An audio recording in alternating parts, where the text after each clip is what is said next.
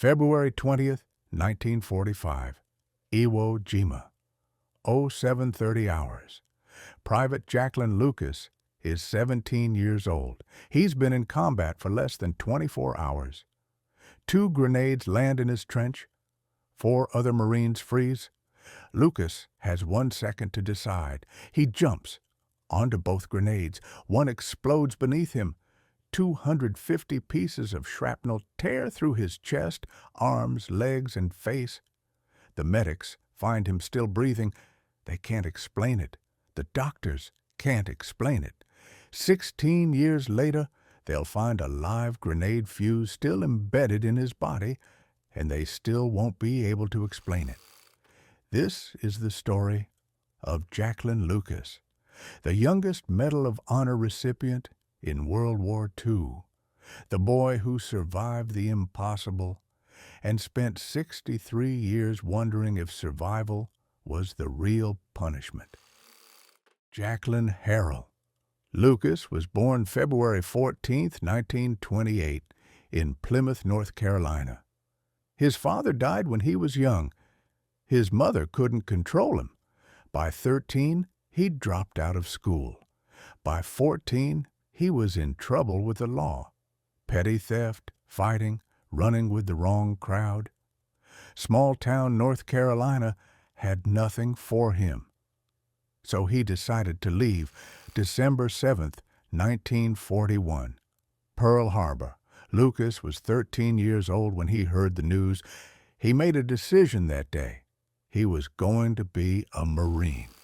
August 1942. Lucas walks into the Marine Corps recruiting office in Norfolk, Virginia. He's 14 years old, 5'8", 130 pounds. He forges his mother's signature. He lies about his age. He says he's 17. The recruiter looks at him, doesn't ask questions. The country needs bodies. Lucas becomes one of them. Paris Island, boot camp. He keeps his head down, works hard. Nobody asks his age. He gets through training. He gets assigned to a unit. He gets sent to Hawaii. And then the Marines find out. 1943. Lucas is 15 years old. Someone checks his records. The lie unravels. The Corps orders him back to the mainland. Desk duty, guard duty, anything but combat. Lucas refuses. January 1945. He hears the 5th Marine Division is shipping out. Big invasion. Classified destination. He knows what that means. He packs his gear. He walks to the docks. He finds the USS Duell, a troop transport loaded with Marines heading to combat, and he sneaks on board. He hides below deck for 2 days. When the officers find him, they're already at sea. Too late to turn back. Lucas tells them, "Court-martial me after the battle." They assign him to C Company, 1st Battalion, 26th Marines. He's 17 years old. He's heading to Iwo Jima. The Marines tried to protect him. He wouldn't let them. February 19th, 1945. D-Day. Iwo Jima. 8 square miles of volcanic rock. 21,000 Japanese defenders dug into tunnels and bunkers. The United States Marines plan to take the island in 5 days. It will take 36. 7,000 Americans will die here. 26,000 will be wounded. Jacqueline Lucas lands on Yellow Beach 2 with C Company at 0900 hours. Immediate fire from Mount Suribachi, mortars, machine guns, artillery, black volcanic sand everywhere. The Marines can't dig in. They can't get cover. Lucas makes it off the beach, pushes inland toward Airfield No. 1. That night, he digs a shallow trench with 4 other Marines. They wait for dawn. February 20th, D+1. Morning. The Japanese launch infiltration attacks at first light. Small groups moving through American lines. Grenades. Close combat. Lucas is in his trench with 4 other Marines. Rifles ready. Watching the ridge line. 0730 hours. 2 grenades land in the trench. Lucas sees them. The 4 other Marines see them. Nobody moves. Paralysis under fire is real. Your brain sees the threat. Your body won't respond. Lucas doesn't think. He yells, "Grenades!" And he jumps. He lands on top of both grenades. His body covers them, his rifle pressed against his chest. 1 second passes. The first grenade detonates.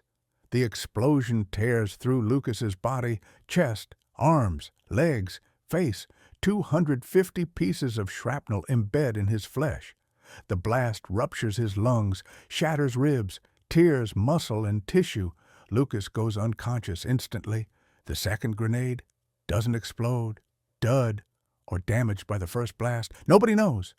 The 4 other Marines, minor wounds, shrapnel scratches, ringing ears.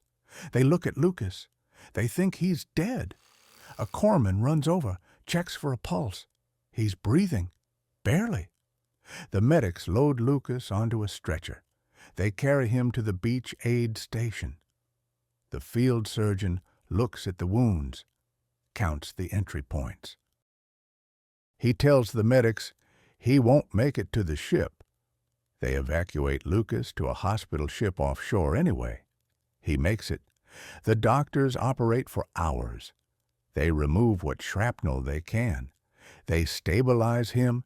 He survives the night. He survives the next day. He survives the voyage back to Hawaii, then California, then hospitals across the United States. 21 surgeries over the next 2 years. The doctors remove most of the shrapnel, but not all of it. Some pieces are too close to vital organs, too dangerous to extract. They stay inside him. The Marine Corps doesn't know what to do with Lucas. He's 17 years old. He shouldn't have been on Iwo Jima. He went AWOL to get there. He saved 4 Marines, but technically, he broke the rules to be in that position. And then the Medal of Honor recommendation comes through. The paperwork moves up the chain. The witnesses confirm the story. The 4 Marines testify. October 5th, 1945. The White House, Washington, D.C. President Harry Truman presents the Medal of Honor to Private First Class Jacqueline H. Lucas. He's 17 years old, the youngest recipient in World War II. The ceremony is formal. The press takes photos. Lucas stands in his dress uniform, still visibly thin, still recovering. Truman shakes his hand, tells him the nation is grateful. Lucas doesn't feel like a hero. He feels like he got lucky, and he wonders why he's the one still standing. 1945 to 1961. 16 years. Lucas returns to civilian life. He's 19 years old with a Medal of Honor and a body full of shrapnel. He tries to be normal. He gets married. He works different jobs. He moves around, North Carolina, Mississippi, different towns. But the shrapnel doesn't leave.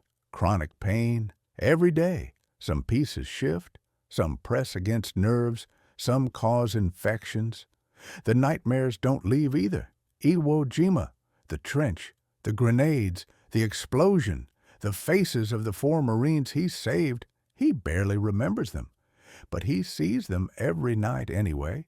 Survivor's guilt is a weight you can't put down.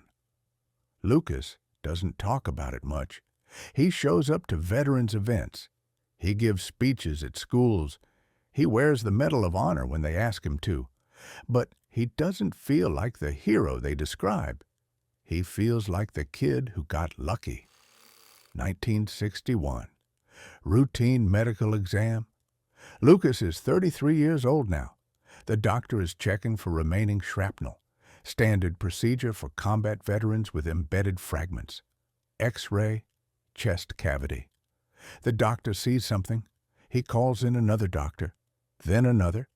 They tell Lucas, "We found something. We need to operate immediately." Lucas asks what they found. They tell him, a live grenade fuse, still embedded in his body, 16 years after Iwo Jima. Lucas has been walking around with unexploded ordnance inside him for 16 years.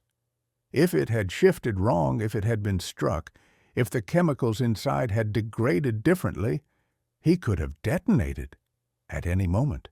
For 16 years. Emergency surgery. They remove the fuse. Carefully, very carefully. Lucas survives. Again. The doctors tell him he's lucky. Again. Lucas doesn't feel lucky. He feels like he's been carrying a live grenade since 1945, and not just the one inside his body. The weight of survival. The weight of being called a hero when you don't feel like one. The weight of wondering why you're still here when so many others aren't. That grenade never stopped ticking. It just ticked quietly for 63 years. June 5th, 2008. Hattiesburg, Mississippi. Jacqueline Lucas dies at age 80. Complications from the injuries he sustained on February 20th, 1945, 63 years earlier.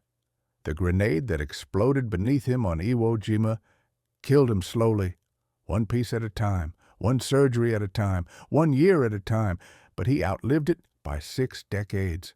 Lucas is buried with full military honors, flag-draped coffin, 21-gun salute. His headstone reads, Jacqueline H. Lucas, Medal of Honor, Iwo Jima. The 4 Marines he saved that morning in 1945. Most of them lived full lives. They went home. They married. They had children, grandchildren, great-grandchildren, generations that exist because Jacqueline Lucas jumped on 2 grenades when he was 17 years old. He never asked to be called a hero. He spent 63 years wondering why he survived when so many others didn't. The answer was never complicated. He survived so they could live. That's the weight he carried. That's the shrapnel that never came out. Not the medal, the question. Why me? There's no good answer to that question. There never is. But here's what we know. On February 20th, 1945, Jacqueline Lucas had 1 second to make a decision. He didn't think about the Medal of Honor. He didn't think about being a hero. He didn't think about living to be 80. He thought about the 4 men in that trench, and he moved. That's what 17 looks like under fire. That's what courage looks like when your brain shuts off and your body does what needs to be done. Indestructible didn't mean unbreakable. It meant he carried the weight longer than anyone thought possible. 1 second, 2 grenades, 4 lives saved, 63 years carried. That's the cost of a Medal of Honor. Jacqueline Lucas proved that heroes aren't born. They're made in 1 second, when it matters most. Honor their sacrifice. Subscribe for more stories from the front lines of history.